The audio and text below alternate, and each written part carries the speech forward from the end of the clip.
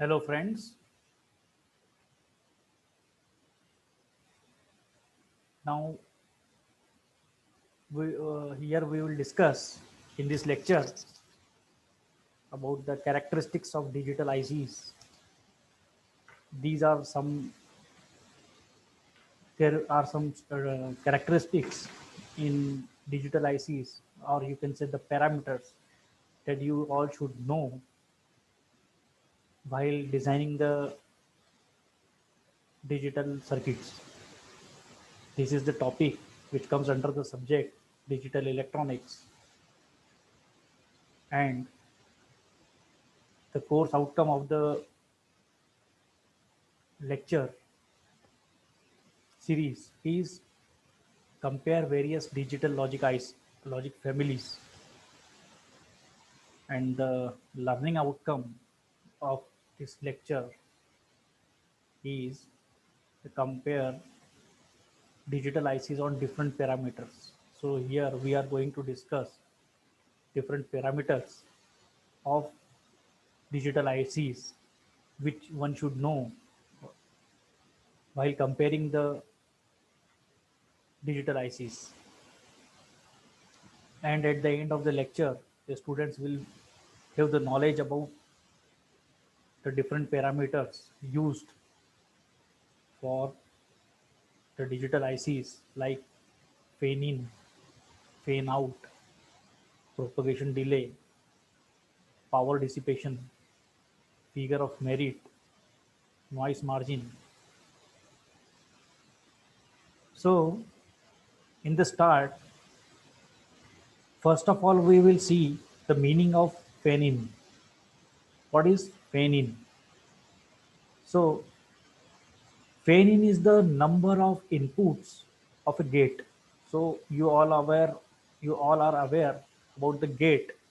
There are so many kinds of gate in digital electronics. They are called AND gate, NAND gate, NOR gate, exclusive OR gate, inverter, etc. So the number of inputs of the gate of a gate that it can handle without affecting its normal operation. इसको समझने के लिए हम ये कहेंगे कि जैसे कोई गेट है आपके पास, जैसे यहाँ पर एग्जांपल के तौर पे हमने इन्वर्टर गेट लिया हुआ है। इन्वर्टर इन्वर्टर गेट लिया हुआ है। ये इन्वर्टर गेट जो है इसमें एक इनपुट है। इस इन्वर्टर में एक इनपुट है और एक आउटपुट है। तो किसी भी गेट में जितने नंबर ऑफ इनपुट्स होते हैं वही उसका फेड इन कहलाता है। इस फिगर में अगर आप ध्यान से देखेंगे तो यहाँ पर एक इनपुट है, this is input, this is output, so this fed in is 1। Similarly एक नैंड गेट यहाँ दिखाया है, इसके अंदर 2 इनपुट्स हैं और इसको 2 इनपुट नैंड गेट भी बोलते हैं। ये 2 इनपुट का जो नैंड गेट है इसके इनपुट्स 2 हैं, इसलिए इसका फेडिंग जो है हम बोलेंगे कि इसका फेडिंग 2 है। इसी प्रकार से यहाँ पर ये 4 इनपुट का एक नैंड गेट दिखाया गया है और चूंकि इसके इनपुट 4 हैं, इस नैंड गेट के इनपुट 4 हैं, इसलिए इसका फेडिंग को हम बोलेंगे, इसका फेडिंग जो है वो 4 है। So one fading is one of the parameter out of many parameters which are used for the designing purpose of the digital circuits. Again, the number of inputs of a gate that it can handle. अगर ये जो gate है इसमें अगर हम 5वां input लगाने जाएंगे तो हो सकता है ये फंक्शनिंग ना कर पाए, इसलिए इसमें नंबर ऑफ गेट्स 4 ही मैक्सिमम हो सकते हैं, इसलिए इसका फेन इन जो है 4 कहलाएगा। इसमें 2 हो सकते हैं इसलिए इसका 2 कहलाएगा, इसमें 1 हो सकता है इसलिए 1 कहलाएगा। The another parameter which is used is that is fan out. What is fan out? So the maximum number of digital inputs that the output of a single logic gate can feed. इसको समझते हैं हम the output of the single logic gate, ये एक logic gate है, इसका जो output है ये यहाँ से आ रहा है, ये आउटपुट आ रहा है, ये कितने इनपुट्स में जा सकता है मैक्सिमम, इसकी लिमिट है। आइडियली अगर हम बात करेंगे तो ये इनफाइनाइट इनपुट्स में जा सकता है। यहाँ का जो करंट है, वो जो करंट है यहाँ से इसमें जिसमें भी जाएगा करंट, तो यहाँ पर आप इनफाइनाइट इनपुट्स आप लगा सकते हो, पर चूंकि कोई भी चीज़ आइडियली नहीं होती है, उसकी एक लिमिटेशन होती है। तो कुछ सर्किट्स, कुछ इनपुट्स जाने के मतलब दूसरे गेट्स में इनपुट्स जाने के बाद, ये गेट्स, इस गेट और भी गेट हो सकते हैं, इनमें इनपुट्स जाने के बाद अगर हम एक मैक्सिमम लिमिट पे पहुंच जाएंगे, फॉर एग्जांपल n इनपुट्स, यहाँ पर n गेट में जा सकता है, यहाँ का जो आउटपुट आ रहा है वो n नंबर ऑफ गेट्स जो हैं n हो सकते हैं जिसमें इनपुट जा सकते हैं। तो n से ज़्यादा अगर हम गेट लगाने की कोशिश करेंगे तो ये सब माल फंक्शनिंग करने लग जाएंगे। इसलिए और ये जितने मैक्सिमम नंबर ऑफ गेट्स में हम इसका इनपुट दे सकते हैं,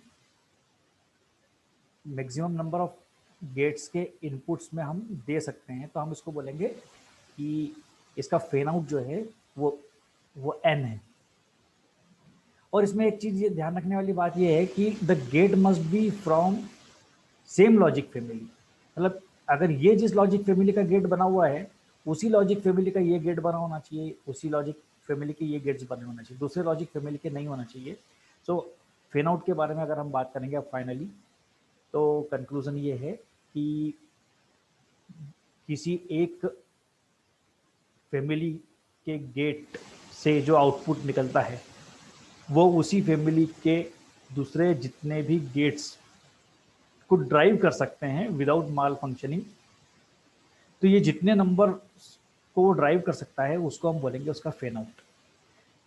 इसमें अगर आप ध्यान से देखेंगे तो यहाँ से करंट यहाँ आ रहा है और यहाँ से करंट यहाँ जा रहा है, यहाँ से करंट यहाँ जा रहा है और इसी प्रकार से दूसरे लॉजिक गेट्स में जा रहा है।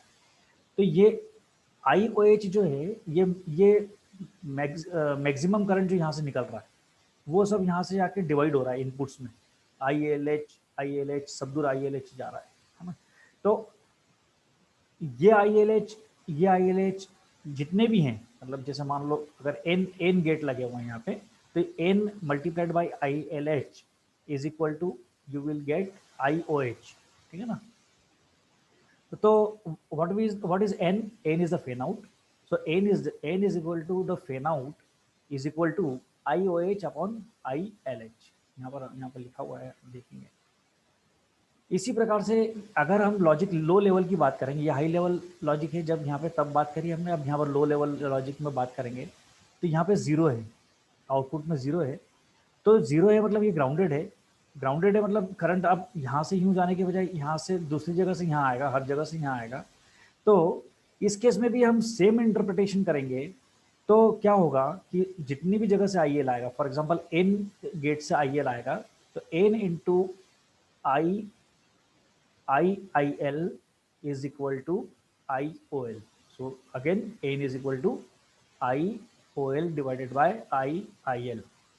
अब ये हो सकता है कि ये n जो है ये इस n से डिफरेंट हो, इन दोनों, ये n हो सकता है ज़्यादा हो, ये n हो सकता है कम हो, पर लॉजिकली ये सर्किट सेम है।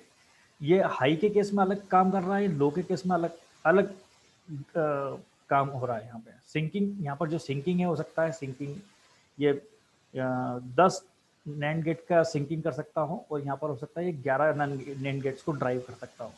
तो इस केस में n 11 हो जाएगा, इस केस में n 10 हो जाएगा। तो जो भी कम होगा, इन दोनों में से जो भी नंबर कम होगा वो उसका फैन आउट कहलाएगा, ठीक है। इस गेट का फैन आउट जो है वो कहलाएगा कि दोनों में से जो भी नंबर कम होगा। ये नीचे मैंने फॉर्मूला लिखा हुआ है कि minimum fan out is equal to what, it is minimum of IOH upon ILH और IOL अपॉन IIL, इनमें से जो कम होगा वो उसका फैन आउट कहलाएगा। The next parameter is propagation delay, it's a very important parameter and यहाँ से हम एफिशिएंसी की भी बात करना चालू करेंगे थोड़ा सा। कि प्रोपोगेशन डिले क्या होता है। जैसे by definition here it is clear, यहाँ लिखा हुआ है propagation delay is time, it is a time, delay it is, propagation delay is what, it is time taken for the output of a gate. एक gate है, जैसे ये inverter gate है ना, इस इन्वर्टर गेट का जो आउटपुट है ना, the time taken for the output of a gate to change after the input is सब अप्लाइड। यहाँ पर अगर मैं आपको कुछ इनपुट दिया मैंने और उसके रिस्पॉन्स में मुझे आउटपुट जो मिल रहा है, तो उस आउटपुट को मिलने में जितना डिले हो रहा है वो उसको यहाँ से लेके यहाँ तक का प्रोपोगेशन डिले बोलते हैं। Time taken for the output of a gate to change after the input is applied. इसको हम सेकंड्स में, वैसे सेकंड्स में तो नहीं नापते हैं, पर यहाँ लिखा हुआ है सेकंड्स में, क्योंकि आगे जाके हम उसको किसी भी चीज़ को हम सेकंड में कन्वर्ट कर सकते हैं। तो इसको हम बाद में बात करेंगे कि ये यूनिट्स क्या हो सकती है, बट टाइम की यूनिट हम बेसिक जो मानते हैं सेकंड मानते हैं, इसलिए हमने यहाँ सेकंड माना है। और अगर वैसे इसकी यूनिट्स काफ़ी कम ज़्यादा होता है, उसका 10⁻³ लगा के हम इसको सेकंड्स में कन्वर्ट कर सकते हैं। सो अब अगर आप यहाँ पर आप ये टाइमिंग डायग्राम देखेंगे, तो मान लो ये वी का टाइमिंग डायग्राम है यहाँ पे। अब इसमें जो ये जो है ये लॉजिक 0 है, और यहाँ पर ये जो है लॉजिक 1 है, और ये इसको बोलते हैं transition, rising edge and it is falling edge. Rising edge वैसे तो आइडियली देखा जाए तो ये ऐसे शार्प होना चाहिए कि 0 से लेकर 1 पे एकदम शार्प जाके फिर ऐसा आएगा, फिर ये अगर 0 हो रहा है 1 से तो वो भी शार्प होना चाहिए, पर प्रैक्टिकली ऐसा संभव नहीं होता है। इसलिए ये राइजिंग और फॉलिंग एजेस यहाँ पर हमारी दिखती है, जो खुद भी अपने आप में कुछ टाइम कंज्यूम करती है। ये टाइमिंग स्केल यहाँ पर एक्स एक्सिस में टाइम है, और वाई में इसका यू कैन से एम्पलीट्यूड है, और यू कैन से लॉजिक 0 एंड लॉजिक 1 शो किया हुआ है। तो लॉजिक 0 से लेके लॉजिक इनपुट में जाने में ये जो है इसको राइजिंग एज बोलेंगे, और इसको बोलेंगे फॉलिंग एज और ट्रेलिंग एज बोलेंगे। और सिमिलरली इस रिस्पॉन्स के का जो आउटपुट हमें मिलता है, ये जो इनपुट हमने दिया हुआ है, इसका जो हमें आउटपुट मिल रहा है V0, चूंकि इन्वर्टर है तो 0 की जगह में 1 मिलेगा, इनपुट जब 0 रहेगा तो आउटपुट 1 मिलेगा, और आउटपुट इनपुट जब 1 रहेगा तो आउटपुट हमें 0 मिलेगा। आप इसकी शार्पनेस में मत जाइए, मेरे थोड़ा सा बनाने में गड़बड़ है इसमें। ये जितना ये है उतना ही स्लोप का ये भी बना हुआ है ना, तो इसको आप ऐसा मान लीजिए। अब इसमें जब हमारा आउटपुट है ना, यहाँ पर आउटपुट शुरू में 1 है, और फिर बाद में ये फॉलिंग एज के बाद यहाँ आके ये आउटपुट हमारा यहाँ 0 हो गया है ना, फिर ये आउटपुट हमारा यहाँ से राइजिंग एज आई, फिर उसके बाद यहाँ पर आउटपुट फिर से 1 हो गया है। ठीक है, तो इस प्रकार से हमारा ये इनपुट का रिस्पॉन्स, इनपुट के रिस्पॉन्स में हमें ये आउटपुट मिलता है इन्वर्टर का। अब इसमें आप देखेंगे कि जो 50% पॉइंट है, मतलब 50% मतलब राइजिंग एज जो है इसका मिडिल पॉइंट 50% है ना, और इस 50% के रिस्पॉन्स में जब ये यहाँ से यहाँ जा रहा है, तो इसके 50% ऑफ इनपुट के रिस्पॉन्स में जब इसका यू कैन से लेवल, जो ये जो लेवल है वोल्टेज लेवल 50% हो जाता है, और इसके रिस्पॉन्स में आउटपुट पे जब फॉलिंग एज का लेवल इस पॉइंट पे रहता है ना, तो आप देखेंगे ये और ये इन दोनों टाइम का जो डिफरेंस है, इसको हम बोलते हैं TPHL, मतलब टाइम डिले है ना, या और you can say propagation time, और you can say propagation delay when the output is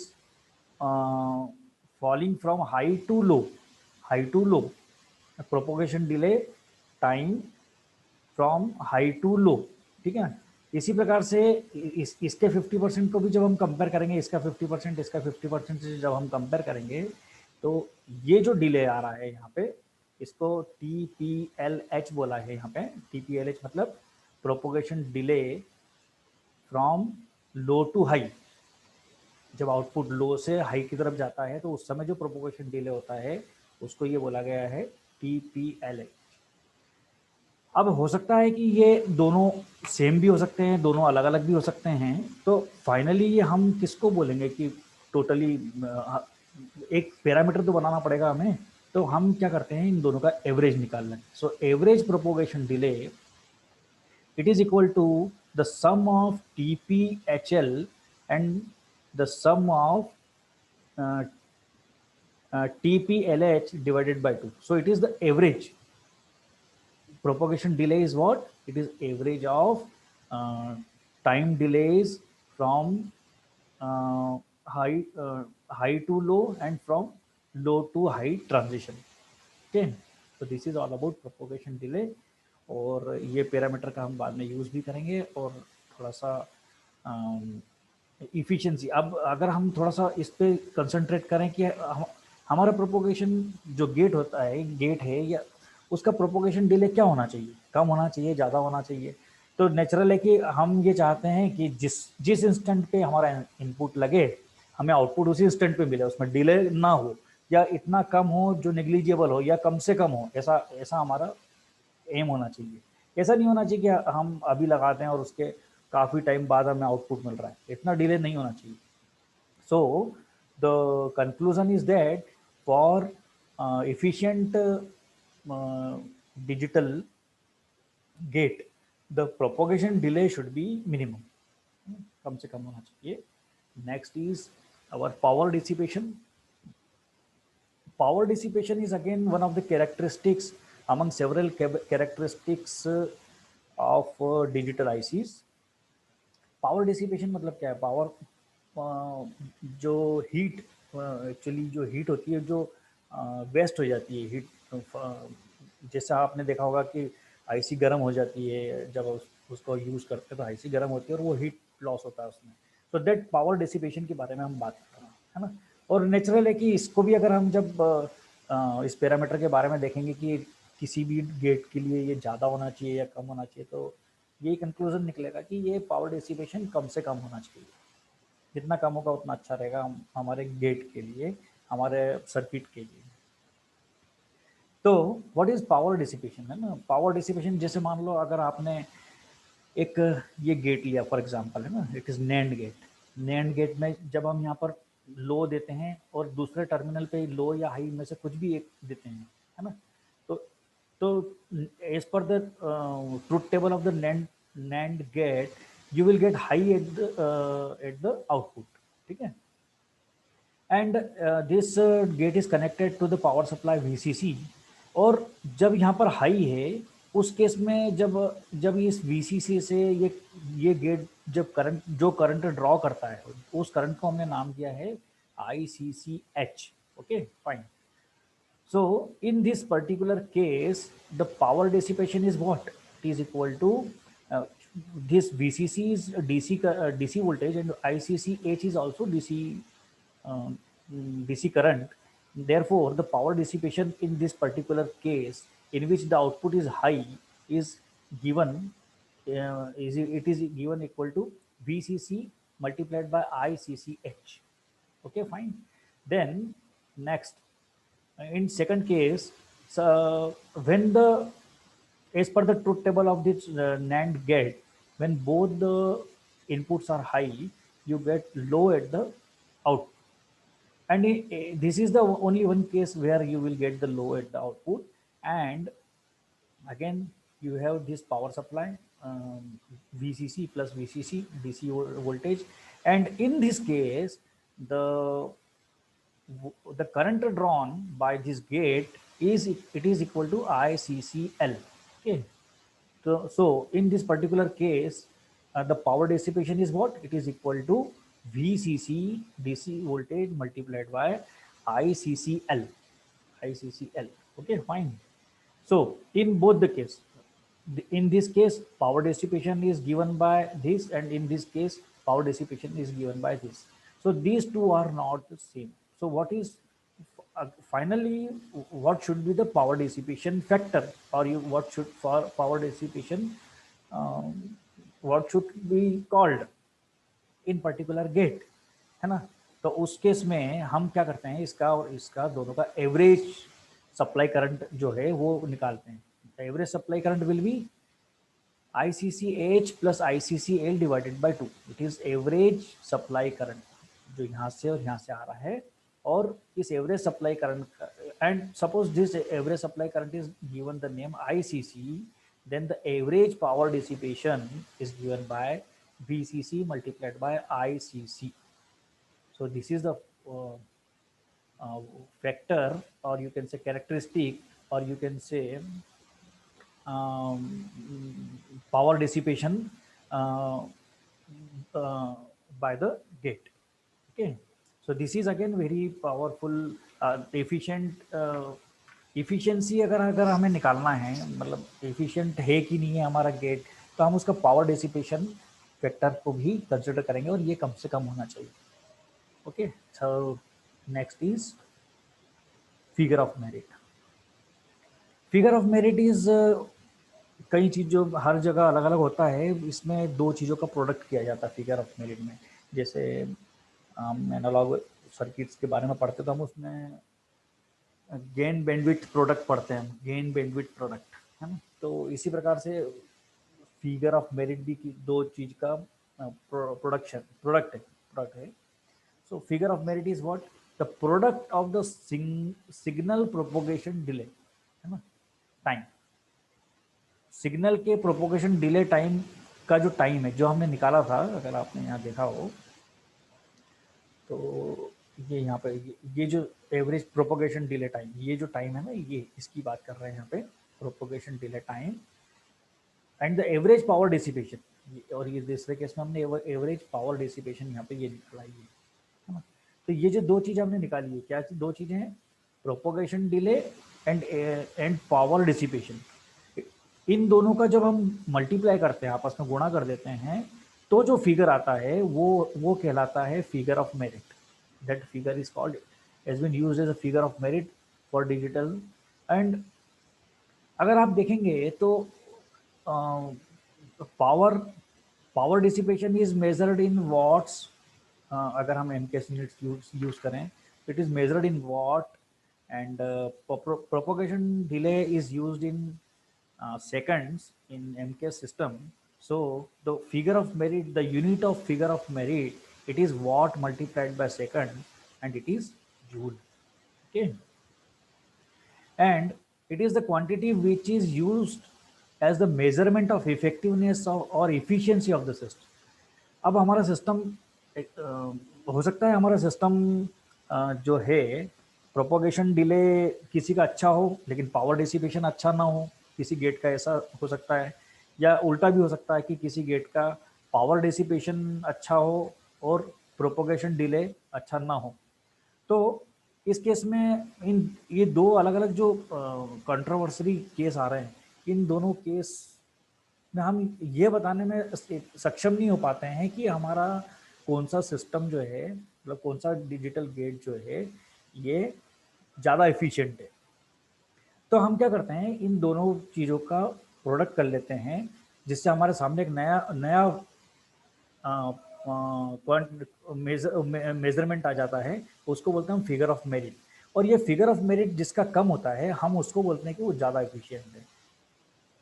so figure of merit ये किसी भी गेट की इफिशियंसी को दर्शाता है. ठीक है. For the more efficient of any logic gate, its figure of merit should be low, and vice versa. Then the next characteristic is called noise margin. Noise margin समझने के लिए हम पहले एक शब्द समझते हैं जिसका नाम है, इट इज कॉल्ड इम्यूनिटी. और यू कैन से, हम अगर टेक्निकली बात कर रहे हैं, इस सेंस में बात कर रहे हैं अभी के लिए, तो हम बात करेंगे नॉइज इम्यूनिटी.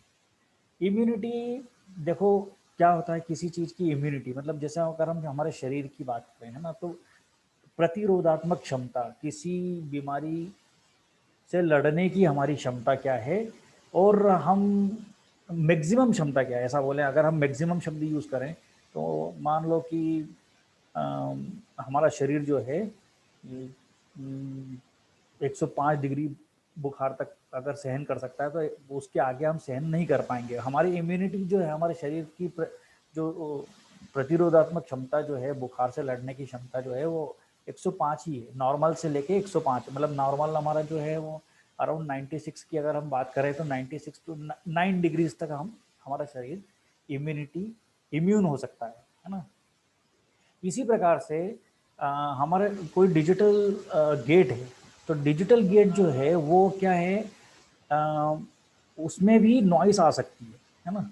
तो नॉइस जब आती है तो वो सुपर इम्पोज होती है, लॉजिक 0 पे सुपर इम्पोज हो सकती है, लॉजिक 1 पे सुपर इम्पोज हो सकती है, वो पॉजिटिव हो सकती है, नेगेटिव हो सकती है। तो इस प्रकार वो जो नॉइस उसके ऊपर सुपर इम्पोज होकर आ रही है, तो वो नॉइस का जो लेवल है ना, या इतना नॉइस, ऐसा बोलेंगे हम, इतनी नॉइस कि जिसके जिसके उस सुपर इम्पोज होने के बाद भी हमारे गेट के ऑपरेशन पे कोई अगर फर्क ना पड़े, ऐसा मैक्सिमम नॉइस लेवल जो कि हमारे इनपुट लेवल, लॉजिक लेवल के ऊपर सुपर इम्पोज होने के बाद भी गेट के परफॉर्मेंस पे, आउटपुट पे फर्क ना पड़े, उसको हम बोलेंगे नॉइस मार्जिन। हमारा जो गेट है इतना नॉइस को सहन कर सकता है विदाउट डिस्टर्बिंग द आउटपुट। जो होना चाहिए आउटपुट, उस केस में हमें तब तक उतना ही आउटपुट मिलेगा। सो इसको समझने के लिए हम यहाँ पर देखें, ये इनपुट लॉजिक है और ये आउटपुट लॉजिक है ना। इसमें इनपुट लॉजिक जो है यहाँ अगर हम नीचे से ऊपर बात करें, क्योंकि लॉजिक 0 नीचे होता है, फिर इंटरमीडिएट स्टेट होती है, देन लॉजिक 1 होता है। तो लॉजिक 0 हमारा जनरली हम 0 बोलते हैं, लॉजिक 1 हम जनरली 1 बोलते हैं, लेकिन लॉजिक 0 जो है हमारा, लॉजिक 0 से कुछ रेंज ऊपर तक, कुछ वोल्टेज ऊपर ऊपर तक, ये रेंज है, ये यहाँ से लेके यहाँ तक वोल्टेज की रेंज है। ये अगर इसके बीच में हमारा इनपुट सिग्नल है, तो हम उसको बोलेंगे कि ये 0 ही है ना। ये लॉजिक 0 के अंदर का ही सिग्नल है। इस पूरे इस किसी भी स्टेज में अगर हमारा आउटपुट वोल्टेज इतना रहता है, तो हम बोलेंगे अभी सर इनपुट में लॉजिक 0 ही लगा हुआ है। इसके बाद यहाँ से लेके यहाँ तक इंटरमीडिएट स्टेट रहती है। इंटरमीडिएट स्टेट में अगर हमारा कोई वोल्टेज लेवल, इनपुट पे कोई वोल्टेज लेवल अगर इंटरमीडिएट स्टेट का आता है, तो हम यह कहने में सक्षम नहीं होते हैं कि ये लॉजिक 0 का है या लॉजिक 1 का है। इसलिए इसको इंटरमीडिएट स्टेट बोला जाता है और इस स्टेट पे काम नहीं किया जाता है।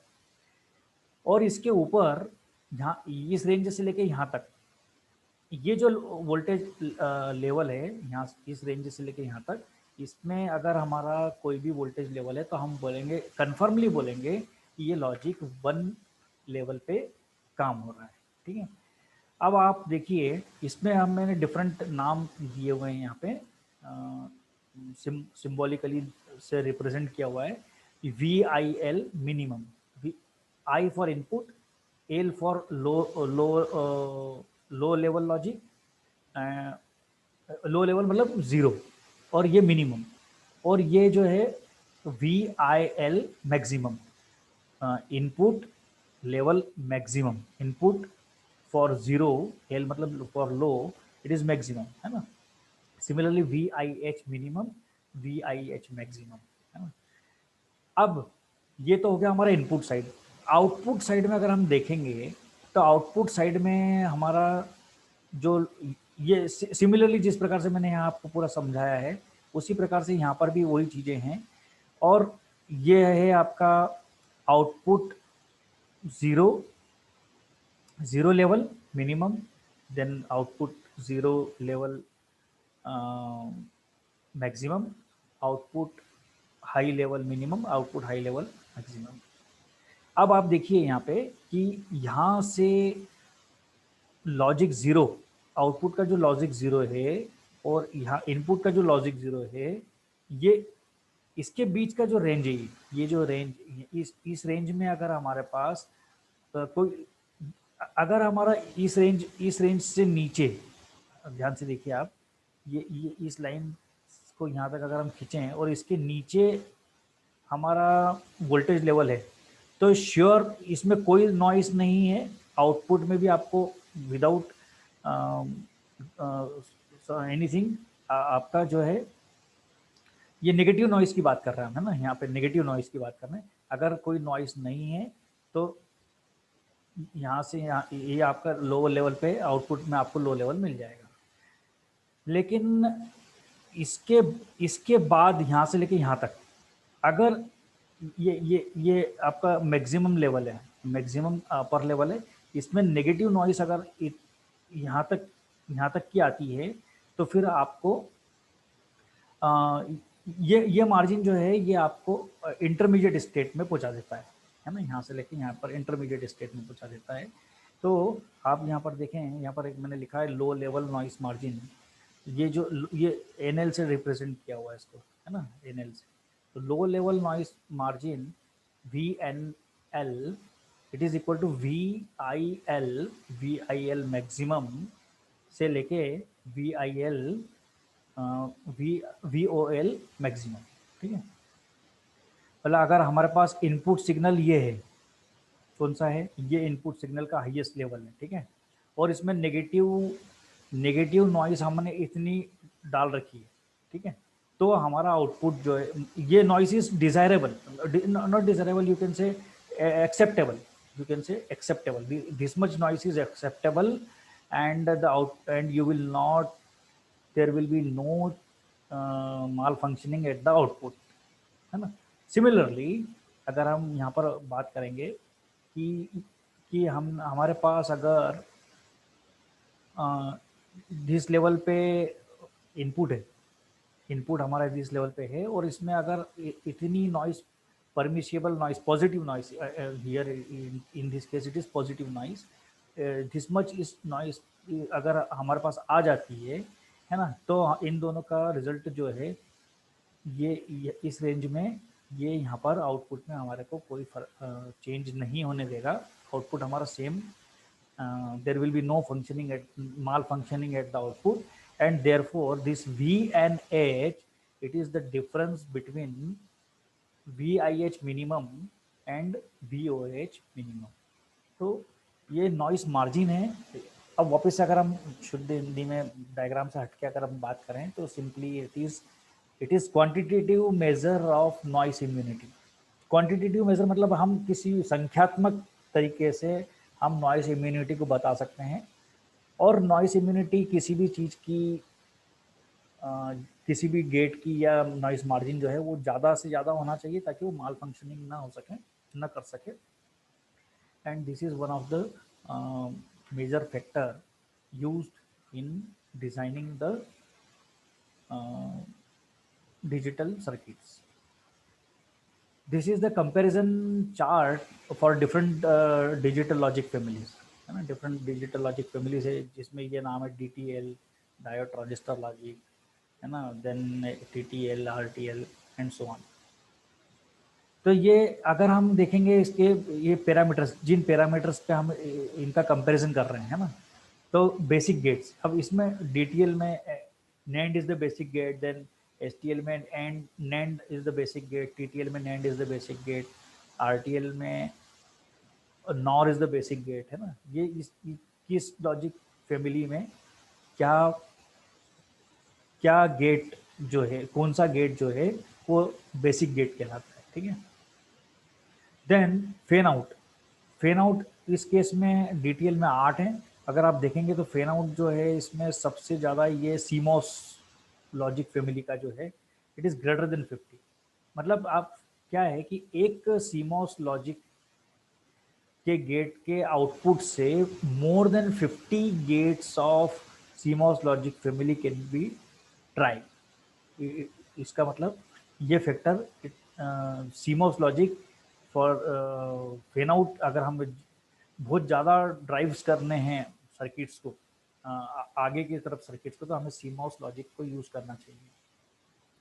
देन टिपिकल पावर डिसिपेशन पर गेट, एक गेट में टिपिकल पावर डिसिपेशन क्या है, 8 से 12, इसमें 55 है, देन इसमें 12 से ये, और तो पावर डिसिपेशन फैक्टर जो है ये कम से कम होना चाहिए। तो वो वाला लॉजिक डिजिटल लॉजिक फैमिली ज़्यादा अच्छी है इन दिस पर्टिकुलर पैरामीटर, जिसमें लॉजिक जो है पावर डिसिपेशन जो है कम से कम होता है. So it is 0.01 static 1, and एक ये भी दोनों सेम हो सकते हैं, मतलब सही हो सकते हैं, CMOS एंड MOS फैमिलीज, क्योंकि इसमें सबसे कम पावर डिसिपेशन है. Then noise immunity, it is good in DTL, excellent in STL, very good. Excellent मतलब STL का सब नॉइस इम्यूनिटी सबसे ज़्यादा होता है ना, एक्सेलेंट होता है. ये कहीं हमें नॉइस को प्रिफरिंग करना है, किसी जगह पे प्रेफरेंस लेवल नॉइस का इम्यूनिटी को देखना है, तो हम उस जगह पर मैं STL लॉजिक यूज़ करेंगे. Then typical propagation delay time per gate. Propagation delay किस में, मतलब ये प्रोपोगेशन डिले डिपेंड, ये शो करता है कि कौन सा लॉजिक फैमिली फास्ट काम करती है, फास्ट तरीके से काम करती है. तो अगर आप इसमें पूरा फैक्टर्स को देखेंगे तो इसमें यहाँ पर सबसे कम जो होगा वो सबसे फास्ट काम करेगा, है ना. तो अगर आप देखेंगे तो इसमें 4 nanosecond to 1 nanosecond propagation delay, एक गेट में जो प्रोपोगेशन डिले है वो 4 nanosecond to 1 nanosecond का है. ये है ECL, एमिटर कपल्ड लॉजिक में जो है सबसे कम होता है ना. तो हमें जहाँ पर फास्ट ऑपरेशन करना है, हम चाहते हैं कि हमारा फास्ट ऑपरेशन हो, डिले कम से कम हो, तो हम उस जगह पर हम ECL लॉजिक यूज़ करेंगे. So this is about the comparison chart and its uses of different families. Thank you.